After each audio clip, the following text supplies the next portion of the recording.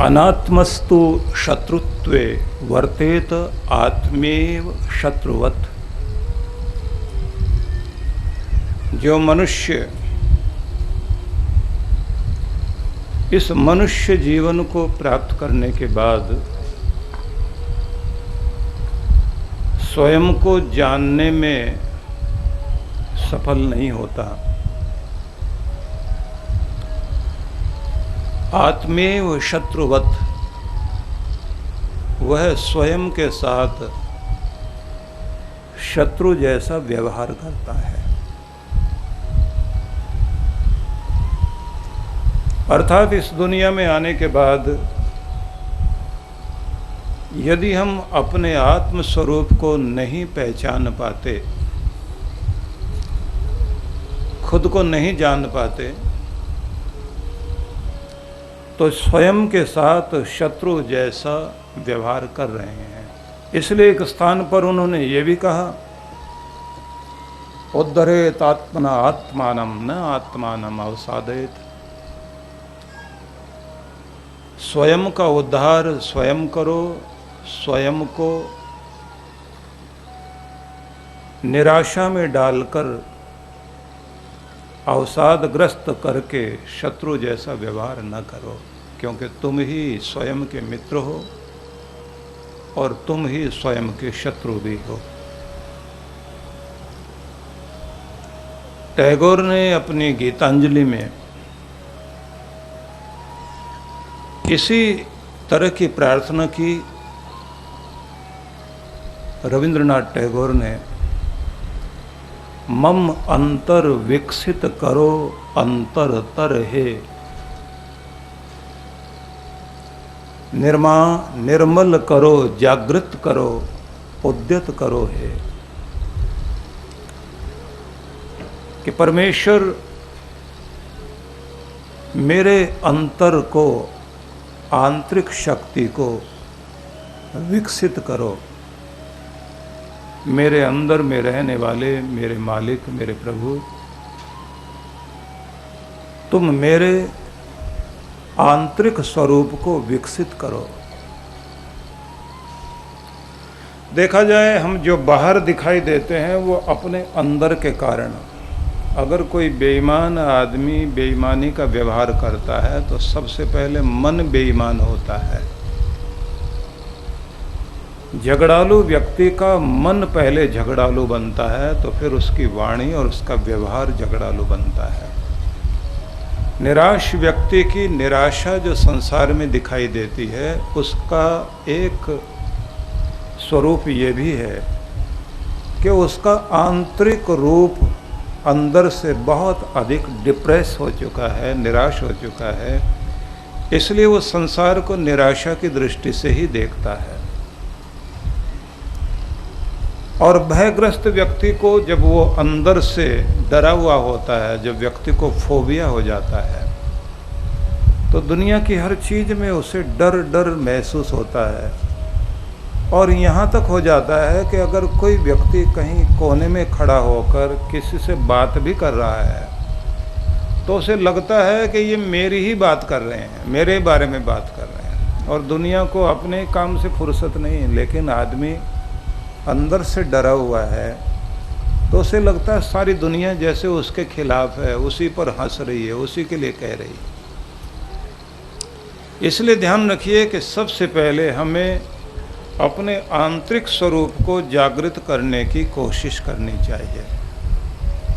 अंदर अंदर अपना इलाज करने की कोशिश करनी चाहिए। दूसरे शब्दों में हम ऐसे कहें, अपनी दुर्बलताओं को जीतने के लिए और अपनी शक्ति को विकसित करने के लिए हमें एक योजना पर विचार करना चाहिए कि एकांत में शांत होकर अपनी विशेषताओं को, गुणों को, अच्छाइयों को याद करें, और कहाँ कहाँ हम किस किस बात में कमज़ोर पड़ते हैं, दुर्बल पड़ते हैं, कौन सी ऐसी आदतें हैं जो हमें जीतने नहीं देती, आगे नहीं बढ़ने देती, उनको आप लिखें और टिक मार्क करें कि किसे किसे किस तरह से ठीक करना है।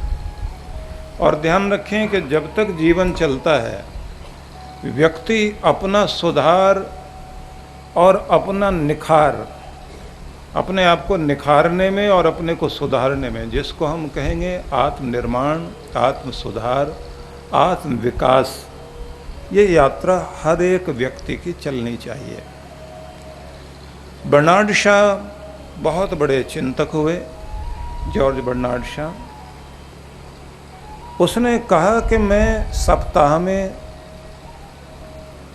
1 और 2 बार एकांत में बैठकर बहुत चिंतन करता हूँ, दिमाग पर जोर डालता हूँ, जो करना है, जो कर रहा हूँ, जो करूँगा, जो मैं हूँ उस पर, सब पर विचार करता हूँ, अपनी योजना बनाता हूँ। तो जहाँ तक मैं पहुँच पाया हूँ उसका कारण है कि सप्ताह में खुद के साथ एकांत में बैठने के कारण। और उसने आगे एक शब्द लिखा कि लोग साल में 2 या 3 बार दिमाग पर ज़्यादा जोर डालकर अपने बारे में सोचने को तैयार होते हैं। अगर वो मेरी तरह सप्ताह में 2 बार भी सोचने को तैयार हो जाए तो जीवन कहाँ का कहाँ पहुँच जाए, व्यक्ति कितना आगे पहुँच सकता है। लेकिन आगे उन्होंने कहा कि मैं ऐसा महसूस करता हूँ कि हर व्यक्ति को हर दिन कुछ देर चिंतन के लिए, मनन के लिए, आत्ममंथन के लिए निकालना चाहिए, समय निकालना चाहिए। अपने लिए समय बचाकर एकांत में खुद से मिलने की कोशिश करनी चाहिए। आप पूरी दुनिया से मिलने की कोशिश करते हैं, सारी दुनिया से उलझे रहते हैं, आप थोड़े देर अपने लिए समय ज़रूर निकालें। और वहाँ बैठकर अकेले में भी दुनिया भर की चिंताएं और उलझनों पर विचार नहीं करना। आप जिस दिशा में जाना चाहते हैं, जो होना चाहते हैं, जो आप करना चाहते हैं, उस पर विचार जरूर कीजिए। तो ध्यान रखें कि आपकी शक्तियां आपके अंदर हैं। उन शक्तियों को जब तक विकसित नहीं करोगे आप, तो शक्ति होने के बाद भी कोई लाभ नहीं है। बहुत लोग बहुत अच्छा टैलेंट रखते हैं लेकिन उससे बढ़ा नहीं पाते, विकसित नहीं कर पाते। और अधिकांश लोग तो वे हैं जो ये कहते हैं अब कुछ होने वाला नहीं है, जो होना था हो गया, अब तो उम्र भी नहीं रही, ना किस्मत में कुछ भी, और जो मिलना है वो मिल ही जाएगा, किस्मत जो देगी दे देगी। ऐसा सोचकर हम लोग अधिकांश रूप से आगे बढ़ नहीं पाते, ना अपने को सक्षम बना पाते, ना अपनी समस्याओं को जीत पाते। ज़्यादातर लोग तो वे हैं जिनको ये लगता रहता है कि शायद टाइम खराब चल रहा है। कुछ ऐसे भी लोग हैं जिनके दिमाग में आता है किसी ने कुछ कर दिया है, हमारी दुश्मनी हमारे साथ रखने वालों ने कोई मंत्र तंत्र कर दिया, शायद उसके कारण ऐसा हो रहा है। मतलब अपने सिवाय वो पूरी दुनिया को दोष देना चाहते हैं लेकिन अपने अंदर की कमी को दूर करने को तैयार नहीं होते। जिस दिन व्यक्ति खुद पर उंगली उठाकर अपने आप को निखारने के लिए तैयार हो जाता है, वहीं से उसका भाग्य जागना भी शुरू हो जाता है। इसलिए सबसे पहले खुद के लिए खुद समय निकालना शुरू कीजिए। और ये भी ध्यान रखिए, विचारों को समृद्ध करना, विचारों को शक्तिशाली बनाना, ये भी एक बहुत बड़ी चीज है। कोई भी व्यक्ति उतना ही शक्तिशाली होता है जितने उसके विचार शक्तिशाली होते हैं। तो विचार जहाँ से भी अच्छे मिल सकते हों, जो आपको प्रेरणा देते हों, शक्ति देते हों, उन विचारों की आपको बहुत बड़ी आवश्यकता है। जिन विचारों से आपको निराशा मिलती है उन विचारों को अंदर ना आने दीजिए और बैठने भी ना दीजिए। गीता की बात मैंने आपको कही वेदों में भी ऐसा संदेश है। वेदों के संदेश यदि आप पढ़ें तो वहाँ पर भी इसी तरह की माँ गतानाम आदिधि था ये नयंती परावतम, उन निराशावादी विचारों को अपने अंदर न आने दें। ये नयंती परावतम, जो तुम्हें नीचे की तरफ लेकर जाएं। आरोह तमसो ज्योति, अंधेरों से प्रकाश की ओर बढ़ने का प्रयास करें। अपने अंधेरों से बाहर निकलने की कोशिश लगातार जारी रखनी चाहिए। उपनिषदों की प्रार्थनाएं भी इसी तरह की हैं, जो आप लोग सभी को मालूम है। असतो माँ सदगम है, तमसो माँ ज्योतिर्गम है। मुझे असत से हटाकर सत्य की ओर ले चलो, अंधेरों से उजालों की तरफ लेकर चलो। मृत्यु और माँ अमृतम गमयति, मृत्यु से अमृत की यात्रा पर लेकर चलो। कि जो भी असत है, जो भी अंधेरा है, जो भी निराशा है जीवन की, परमात्मा उससे मुझे उस पार लेकर चलो जहाँ उजाले हैं, जहाँ रोशनी है, जहाँ उत्साह है, जहाँ आशाएं हैं, जहाँ अमृत है। तो इस बात को ध्यान रखिए कि हमें अपनी निराशा को जीतने के लिए, अपनी आंतरिक शक्ति को बढ़ाने के लिए, अपनी विचार शक्ति को प्रबल करना होगा। माँ गता नाम आदिति था, उन निराशा की तरफ ले जाने वाले विचारों को अपने अंदर मत आने दो। ये नयंती परावतम, जो तुम्हें गहरे गड्ढे में धकेल ले जाएं, ऐसे विचारों को मत आने दीजिए। मतलब ये है कि विचार शक्तिशाली हैं तो आपको उठाएंगे।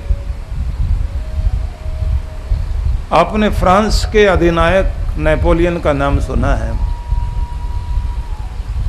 नेपोलियन ने अपनी सफलता के पीछे अपनी माता के द्वारा दिए गए प्रेरणाप्रद विचारों को जिम्मेदार ठहराया।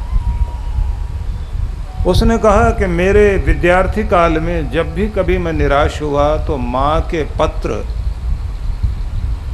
जो बड़े ही प्रेरक वचनों से भरे हुए होते थे, वो मुझे बहुत शक्ति देते थे। पत्रों में लिखा होता था कि फ्रांस देश को अपना पिता मानना और इसके लिए जीना और मरना और इस तरह का बनने की कोशिश करना कि तेरे कारण तेरे देश का नाम ऊंचा हो। तो साधारण मनुष्य नहीं है, अगर भीड़ का हिस्सा बनकर रहेगा तो दुनिया को सैल्यूट करता रह जाएगा। अगर भीड़ से ऊपर उठकर जिएगा तो सारी दुनिया तुझे सैल्यूट करेगी, और मैं तुम्हें वैसा ही देखना चाहती हूँ कि जब भी मन निराश होता था तो माँ के विचार जो पत्र में लिखे हुए होते थे उनको पढ़ता था और नई शक्ति मिलती थी। तो कोई भी व्यक्ति आपकी जिंदगी में आपका प्रेरक तत्व बन जाए। भारत में गुरु को बड़ा महत्व दिया गया, तो ज्यादातर कान फूंकने वाले गुरु मिलते हैं, प्राण फूंकने वाले नहीं। जो प्राणों में नई शक्ति भर दे वो गुरु नहीं मिलता। जब वो गुरु मिल जाता है तो फिर देखने को दिखाई देता है, इतिहास एक नई करवट लेता है। तब दिखाई देता है समर्थ गुरु रामदास और शिवा, या फिर अरिस्टोटल और सिकंदर, अलेक्जेंडर। सिकंदर की महानता के पीछे उसके गुरु अरस्तु की बहुत बड़ी प्रेरणा थी। सिकंदर जब उसे पहली बार मिला तो अरस्तु के, अरिस्टोटल के 5 शब्द उसने सुने थे जिन्हें बड़ा महत्व दिया जाता है। उसने कहा था, आज की उपलब्धियों में संतोष करना और आगे का रास्ता जितना दिखाई दे उसे प्राप्त करने के लिए पूरे जोश से आगे बढ़ना। जो शक्तियां निराश करती हों उन पर पांव रखकर आगे बढ़ना, क्योंकि तुम विश्व विजेता बनने के लिए दुनिया में आए हो और मेरी शुभकामनाएं हैं कि तुम वो बनोगे। तो 5 वाक्य उनके माने जाते हैं जो बड़े महत्वपूर्ण थे। बात यह है कि शब्द कोई भी हो, किताबों में बहुत सारी बातें लिखी भी हैं, महत्वपूर्ण वो तब बनती हैं जब हमारे हृदय पर जाकर असर करती हैं और हम उन शब्दों पर गहराई से विचार करते हैं। जब भी किसी वाक्य को आप गहराई से विचार करेंगे और वो वाक्य आपके लिए मंत्र बन जाए और मंत्र आपके लिए जिंदगी देने वाला बन जाए तो आपकी जिंदगी कीमती बन जाती है। इसलिए हमेशा जो वचन आपको अच्छे लगते हैं उनको नोट करने के बाद बार बार दोहराना चाहिए कि जिससे वो वचन आपकी ताकत बने। और यदि सुन लिया और सुनने के बाद हाँ ठीक है, अच्छी बात कही गई है, इतना कहकर हम या याद करने के लिए याद कर लेते हैं। बहुत लोगों को अच्छी अच्छी बातें याद होती हैं पर वो दूसरों को सुनाने के लिए और रौब जमाने के लिए होती हैं। वो बोझ ढोने के लिए है, प्रभावशाली बनने के लिए है, सम्मान पाने के लिए अच्छे वाक्य हमने याद कर लिए। लेकिन जिंदगी सम्मानित तब होती है जब हम उन वचनों को मूल्य देकर अपनी जिंदगी में उतारते हैं, तो जिंदगी कीमती हो जाती है। फिर दिखावा करने की जरूरत नहीं पड़ती, फिर वो आपको कीमती बना देते हैं वाक्य। इसलिए सुन लेने के बाद मनन करना, चिंतन करना और उन्हें इतना दोहराना उन वाक्यों को कि वो आपकी शक्ति बनने लग जाएं। इसलिए आपसे ये कहना चाहता हूं कि वो व्यक्ति जो स्वयं को जागृत करने में लग गया, खुद को पहचानने में लग गया, वो स्वयं का मित्र है। आदि शंकराचार्य ने प्रश्नोत्तरी लिखी, कुछ प्रश्न कुछ उत्तर। तो उनमें एक शब्द ये भी है के शत्रुवः सन्ति, कौन शत्रु हैं? तो उत्तर दिया निजेंद्रियाणि, तुम्हारी अपनी इंद्रियां, तुम्हारा अपना आपा। पूछा फिर मित्र कौन है? तो उत्तर दिया जितानी यानी, जिनको तुमने जीत लिया। मतलब जब अपने आपे को तुम जीत लेते हो तो तुम खुद के मित्र बन जाते हो। जब तुम अपनी आदतों पर कब्जा जमा लेते हो, अपनी आदतों को, अपने स्वभाव को संभाल लेते हो, तो तुम अपने खुद के मित्र बन गए। और जब तुम्हारी आदतें तुम पर कब्जा जमा लें और तुम्हें अपने हिसाब से घुमाने लग जाएं, तो समझ लेना चाहिए कि तुमने आदतें नहीं पाल ली बल्कि दुश्मन पाल ली है। यही बात तो दुर्योधन कहता था,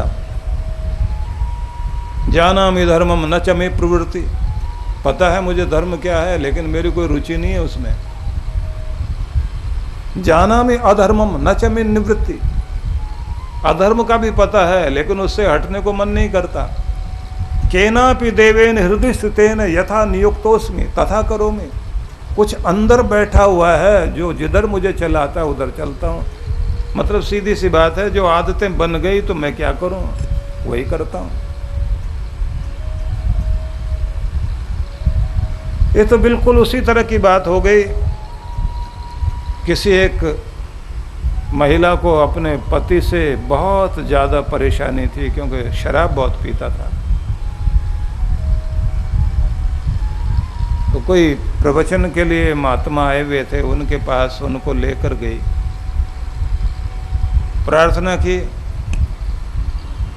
कि आप इनको समझाइए शराब पीना छोड़ दें। घर में आते हैं गुस्सा बहुत करते हैं, बच्चों को डांटते हैं, अपने आपे में रहते ही नहीं, और जब उतर जाते हैं फिर इतने भले हो जाते हैं ऐसा लगता है इनसे बढ़िया कोई है ही नहीं।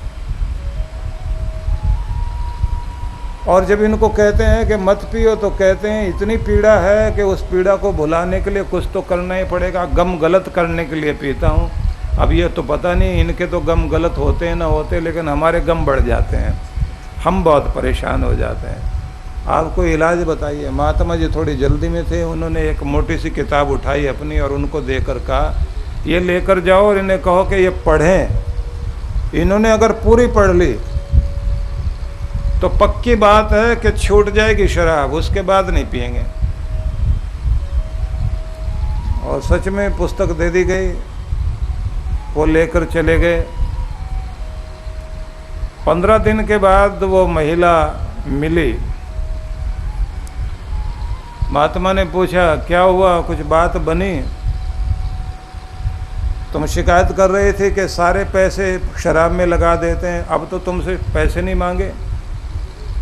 बोले नहीं, 15 दिन से तो शांति है, मेरे से तो कोई पैसा नहीं मांगा। तो बोले शराब छूट गई? बोले नहीं, आपकी किताब बेच के 2 बोतल खरीद लाए हैं और 2 हफ्तों का तो काम चल गया। आप कह रहे थे महात्मा जी से दोबारा फिर मिला दो, दूसरी किताब ले लेंगे।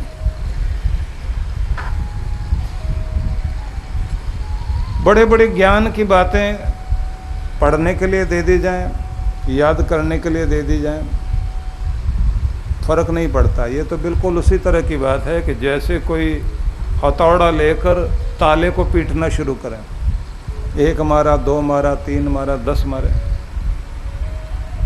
कितनी मेहनत करनी पड़ती है, लेकिन अगर छोटी सी चाबी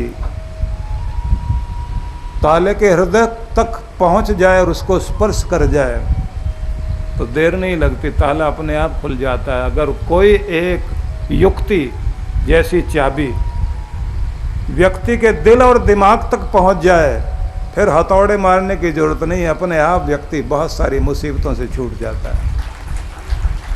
मतलब जब आपके दिल को कोई बात लग जाती है और आप खुद बदलने को तैयार हो जाते हैं, जब आपका मन बदल जाता है तो आपके लिए पूरी दुनिया बदल जाती है। और जब तक आपका हृदय नहीं बदलने को तैयार होता, कोई बात आपके हृदय को नहीं छूती।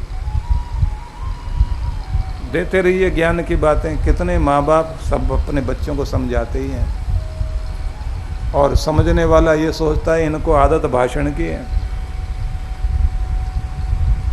हम एक बार राजस्थान की तरफ से जा रहे थे तो एक सज्जन हमको मिले, गाड़ी रुकी, वहाँ पर 2 पेड़ खड़े हुए थे, उनके साथ में मटके रखे हुए थे। तो हम लोग वहाँ खड़े हुए, पानी वानी पीने लगे। तो जो बुजुर्ग थे उन्होंने हमारी तरफ देखा, किसी से पूछा कौन है, तो बताया उनको। तो मेरे पास आए, बोले बाप जी थोड़ा घना कुछ सुनाओ ना। मैंने कहा सुनाएंगे तो कुछ आप समझेंगे भी सही है। बोले सुनाओ ना, सुनाओ ना, थारी मर्जी, मानना ना मानना मारी मर्जी। बड़े खरे आदमी थे। सुनाओ ना सुनाओ आपकी मर्जी है, मानना न मानना हमारी मर्जी।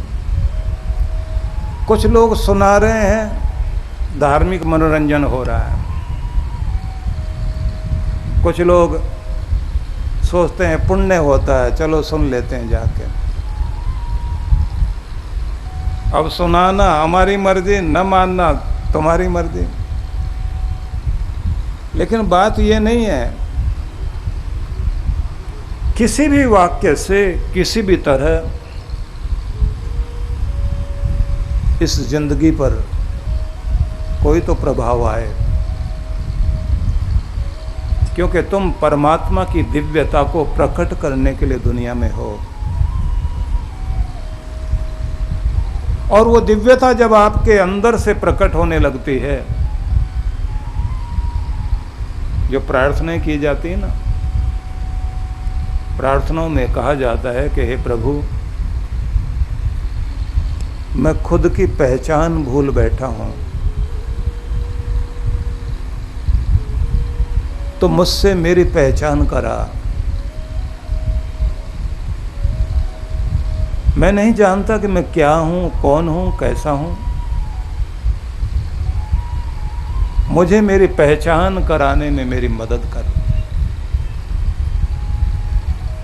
और जिस दिन ये आदमी खुद को पहचानता है, उस दिन एक साधारण सा आदमी साधारण नहीं रह जाता। सब मिट्टी के पुतले हैं, लेकिन जागृत मनुष्य उस समय बहुत कीमती हो जाता है जब उसकी शक्तियां जागृत होती हैं। अब प्रश्न ये उठेगा कि हम क्या जागें और क्या करें और किस तरह से चलें, कौन कौन चीज़ों पर ध्यान दें, क्योंकि कोई भी व्यक्ति जो जागृत होता है, जागृत होने के लिए उसे क्या क्या करना चाहिए। क्योंकि अभी तक मैंने आपसे ये बताया कि वो शत्रु जैसा व्यवहार करते हैं खुद के साथ, जो इस जिंदगी में स्वयं को पहचान नहीं पाते। जिस दिन अपनी पहचान होने लग जाती है, व्यक्ति अपना खुद का मित्र बन जाता है और जीवन कीमती बनता है। ये भी मैंने आपसे कहा कि व्यक्ति को प्रेरक तत्वों की आवश्यकता पड़ती है और उन विचारों की जरूरत पड़ती है जो आपको शक्तिशाली बनाए।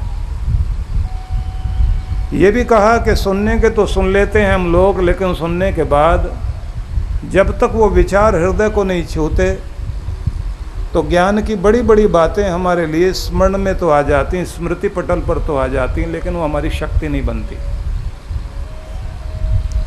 अब आपको उधर लेकर चलता हूं कि जागृत करने के लिए स्वयं के अंदर क्या करना चाहिए, किन बातों पर ध्यान देना चाहिए। अब सबसे पहली बात, जो व्यक्ति स्वयं में केंद्रित रहता है वो स्वयं को जागृत कर पाता है।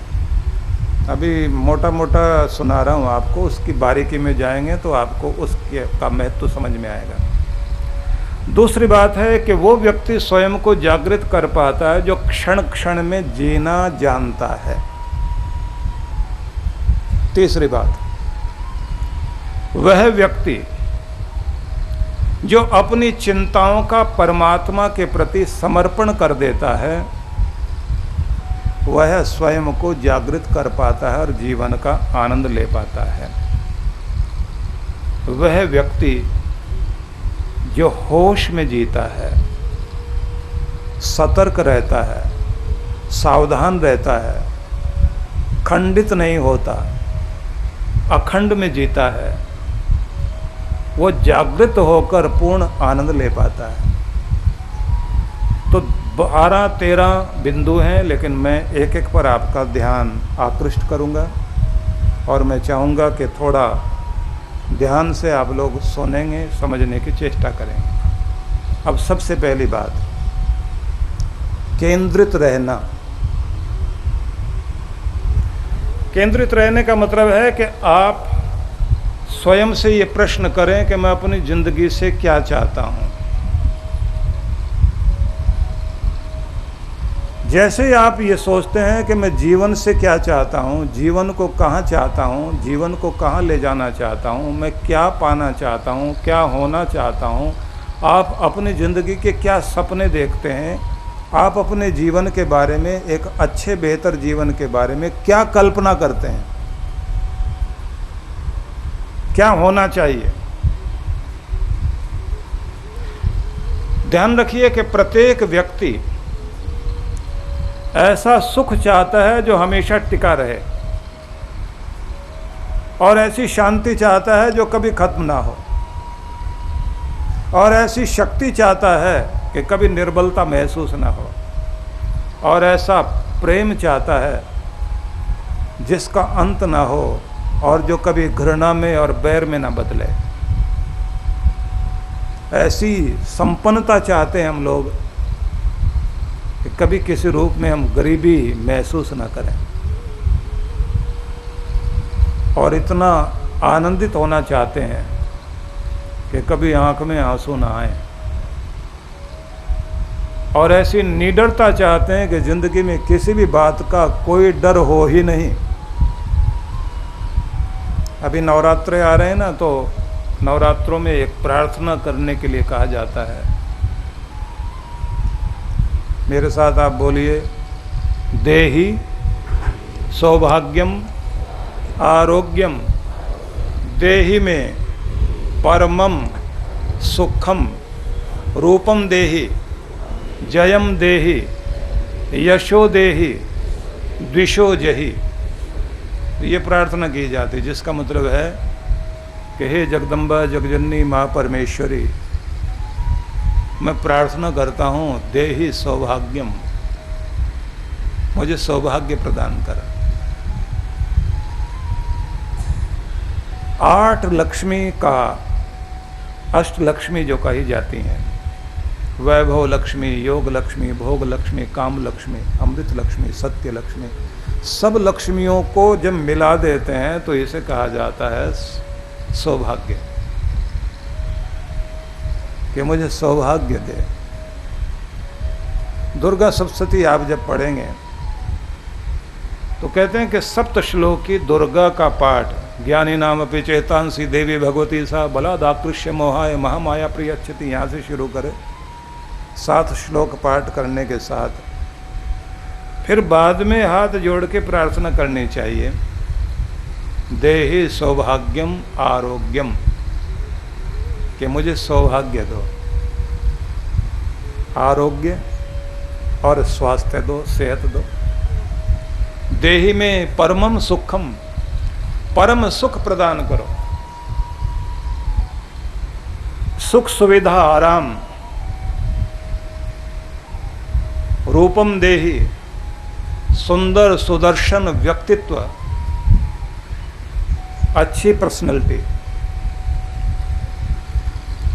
आगे रूपम देहि जयम देहि, जीत देना, सिद्धि देना, प्रसिद्धि देना, सिद्धि सफलता। यशो देहि द्विषो जहि, मान सम्मान देना, द्विषो जहि और सारा बैर हटाकर अनंत प्रेम देना। जगदम्बा ये प्रार्थना करता है तेरा भक्त। तो भगवान का जो भी स्वरूप या जिसको भी आप अपना इष्ट देव मानते हैं तो प्रार्थना करनी चाहिए। तो प्रत्येक व्यक्ति यही सब चाहता है जीवन से। तो जिस चीज को आप चाहते हैं अपनी सारी ऊर्जा, अपनी शक्ति, अपना मन, अपना ध्यान उधर की तरफ केंद्रित कर दीजिए। जब आप केंद्रित रहना सीख जाते हैं अपने लक्ष्य में तो वो चीज आपको मिलती जरूर है। ध्यान रखना, ज्यादा ध्यान चिंता का करोगे चिंता बढ़ जाएगी, निश्चिंतता का करोगे तो निश्चिंतता बढ़ेगी, डर का करोगे तो डर बढ़ेगा, निर्भीकता का करोगे तो निर्भीकता बढ़ जाएगी। निडर होने का भाव मन में लाइए। कायरों के साथ बैठेंगे तो आपको कायर बना देंगे और वीरों के साथ बैठिए तो वीरता जागेगी और कायरपना दूर होना शुरू हो जाएगा। एक अकेला डरपोक सबको डरा देता है और एक बहादुर सबकी हिम्मत बढ़ा देता है। निराश के साथ आप बैठकर देखिए, सबको निराश कर देगा, कुछ मिलने वाला नहीं जिंदगी में, किसी का भला नहीं होने वाला, थोड़ी देर की हंसी है बाकी तो आंसू ही आंसू हैं। निराश आदमी तो अपने बच्चे को भी हंसने नहीं देता, उसको भी कहता ज़्यादा हंसेगा ना बाद में बहुत रोना पड़ेगा, हंस मत। बहुत सारे ऐसे ही लोग होते हैं, वो बच्चे को हंसने नहीं देते, वो कहते हैं ज़्यादा हंस रहे हो थोड़ी देर के बाद रोना ही पड़ जाएगा। वो डर डर के हंसने लगता है आदमी, आखिर में हालत ये हो जाती है कि 6-6 महीने में एक बार हंसता है फिर आदमी। और कितने लोग तो ऐसे हैं जन्मदिन पे शायद एक बार ही हंसते होंगे जीवन में, मतलब हर साल एक बार। और जबकि हर बच्चे को आप देखेंगे तो दिन में 300 बार हंसता है, 300 बार। और यहीं से उसकी ज़िंदगी में जीवन उभरता हुआ नजर आता है और बूढ़े आदमी के पास मुस्कुराहट खत्म हो जाती है। हम लोग ध्यान कराते हैं तो एक विधि कराते हैं, आनंद दृष्टि योग, और उस 5 मिनट के लिए भी अगर वो क्रिया करते चले जाएं तो आपके अंदर हर समय खुशी बनी रहेगी, मुस्कुराहट बनी रहेगी। दबाव को, प्रेशर को और स्ट्रेस को आप अपने आप कम करना शुरू कर देंगे। तो इसलिए निवेदन करना चाहता हूं कि आप सभी को जो आप पाना चाहते हैं, होना चाहते हैं, जिधर जाना चाहते हैं, उस पर अपना ध्यान केंद्रित करना चाहिए। मतलब ये है कि अपनी खुशी पर अपना ध्यान केंद्रित करो। खुशी पर ध्यान केंद्रित करेंगे तो खुशी का मतलब, लोग कहते हैं हम खुश होते हैं तो मुस्कुराते हैं। तो किसी ने कहा खुशी आए तो मैं मुस्कुराऊं, और खुशी कहती है तुम मुस्कुराओ तो मैं आऊं। तो इसलिए ध्यान रखिए, जब आप मुस्कुराने लगते हैं तो खुशी आपके अंदर प्रवेश करती है। और अगर आप ये सोचेंगे अंदर कोई खुशी तो हो तभी तो हंसेंगे, अंदर कोई खुशी की बात हो, मन में खुशी हो, तो बाहर आदमी मुस्कुराएगा। लेकिन कहते हैं खुशी ये कहती है कि अगर तुम मुस्कुराओगे तो वेलकम के लिए होठ खुलते हैं और मैं अंदर दिल में प्रवेश कर जाती हूँ। इसलिए आप मेरा स्वागत करने के लिए भले ही नकली मुस्कुराओ, लेकिन मुस्कुराओ तो सही, जिससे असली खुशी आकर दिल में बैठ जाए। तो आज से मुस्कुराना शुरू और उदास रहना बंद। बिना बात के भी मुस्कुराने की आदत बना लीजिए। बिना बात के दुखी होने की आदत तो बहुत लोगों को है। बिना बात के डरना, डराना, घबराना बहुत लोगों को आदत है। तो आज से आप प्रसन्न रहने का स्वभाव, कृष्ण भगवान के पूर्ण स्वरूप में, उनके लीला स्वरूप में जब आप पूरी तरह से ध्यान देंगे तो उनकी 16 कलाएं हैं। 16 कलाओं में एक कला मुदा है, जो प्रथम कला है, मुदा, मुदिता, मुस्कुराते रहना। उनकी मुस्कुराहट अद्भुत है। कृष्ण मुस्कुराते हैं और मुस्कुराने के लिए प्रेरित करते हैं, ना खुद उदास रहते, ना किसी को उदास रहने देते। वो माँ को भी गुस्सा करते हुए, यशोदा माँ को भी ऐसी हरकत करते हैं कि जिससे वो भी गुस्सा छोड़कर मुस्कुराने लग जाए। इसलिए भारत में हर आंगन में खेलता हुआ बच्चा कृष्ण ही है। लोग पूछते हैं बाल गोपाल तो ठीक है ना? इसलिए हर कोई अपने नन्हे मुन्ने को अपने गोविंद के रूप में, कृष्ण के रूप में, बाल रूप में, कन्हैया का स्वरूप अपने बच्चे के रूप में देखना चाहता है, क्योंकि कृष्ण मुस्कुराहट का नाम है। और कृष्ण कृपा को पाने का, भगवान की कृपा पाने का भी नियम यही है कि आपको मुस्कुराते रहने की आदत बनानी चाहिए। बिना बात के मुस्कुराओ। हो सके तो जितनी बार आईना देखते हो ना आप, थोड़ा मुंह बना करके एक बार हंस लिया करें, अपने ऊपर हंस लिया करें, शक्ति आएगी। तो केंद्रित रहिए खुशी में, केंद्रित रहिए निर्भीकता में, केंद्रित रहिए समाधान में। समस्या पर जितना आप ध्यान देंगे समस्या बढ़ेगी, समाधान पर ध्यान देंगे तो समाधान होगा, समस्या भागेगी। बीमारी क्या है ये बार बार सोचोगे तो बीमारी बीमारी महसूस होगी। इलाज क्या है इस पे ध्यान दोगे तो आपको लगेगा इलाज हो रहा है, ठीक हो रहे हैं।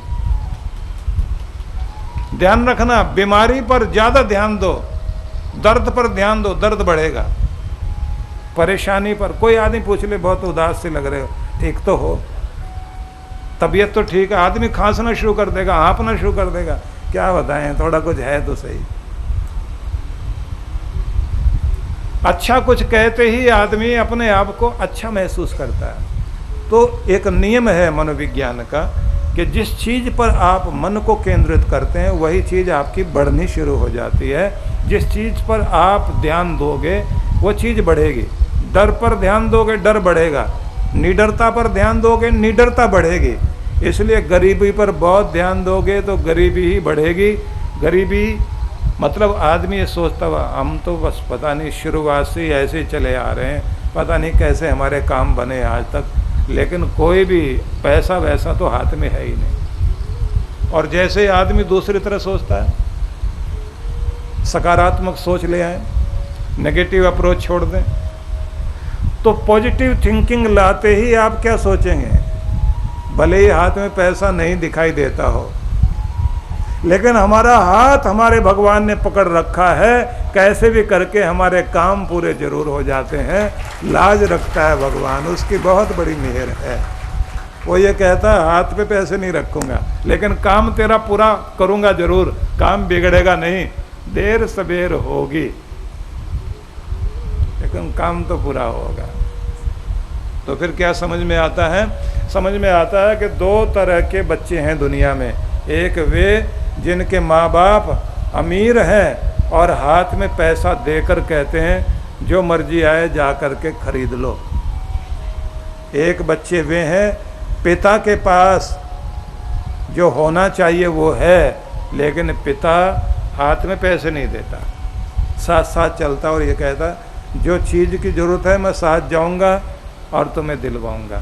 तो हमारे साथ तो हमारा पिता परमात्मा साथ साथ चल रहा है, हाथ में पैसे नहीं देता, थैली में उसके पैसे हैं, काम मेरे पूरे हो रहे हैं। इसलिए आदमी थैंक्स करेगा और ये कहेगा भगवान तेरा लाख लाख शुक्र है, तो मेरी लाज रखता है। तो किस बात की गरीबी,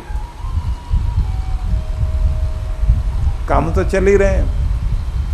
और फिर धन्यवाद देता है इंसान इस बात के लिए कि लाखों लोगों से अच्छा हूँ मैं, मेरे पीछे बहुत सारे इतने गरीब और दुखी भी लोग हैं जिनसे लाख गुना अच्छा हूँ मैं।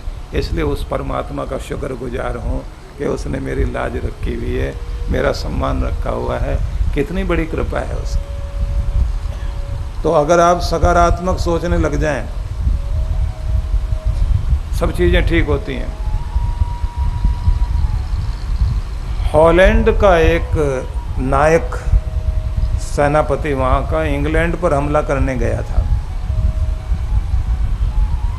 और हैरानी की बात है कि जैसे वो अपने युद्ध पोत लेकर गया तो सैनिकों को ले जाकर जैसे ही समुद्र तट पर उन्होंने अपने जहाज खड़े किए, तो सबसे पहले सेनापति को आगे जाना था।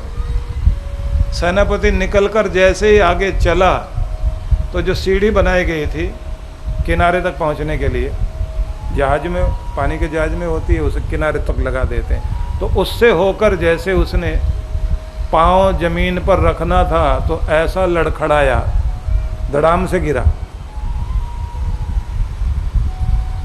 दोनों हाथ जमीन पर टिका के किसी तरह अपने को संभाला और खड़ा हुआ, और जितने उसके सैनिक थे वो सब आपस में सोच रहे हैं कि जाते ही जमीन पर पांव रखते ही अब शगुन हो गया, यहाँ से जीतना बहुत मुश्किल है, क्योंकि जहाँ जाते ही गिर गए हो, सेनापति जहाँ जाते गिर गया हो, वहाँ क्या जीतने की उम्मीद। तो ये थी सबकी नेगेटिव अप्रोच, नकारात्मक सोच। लेकिन सेनापति सच में अद्भुत था। उसने जमीन पर गिरते ही जैसे उठ के खड़ा हुआ तो अपने सैनिकों को वहीं से संबोधित करने के लिए उसने कहा ठहरो और बात सुनो, तुमने देखा अभी क्या हुआ, एक बहाना हुआ है। इस तरह मुझे हिलाकर भगवान ने जमीन दोनों हाथों में पकड़ा कर कहा ये जमीन तुम्हारी हुई और जमीन हमें दे दी गई, तो हम जीतने के लिए यहाँ आ गए। कितनी बड़ी कृपा हो गई।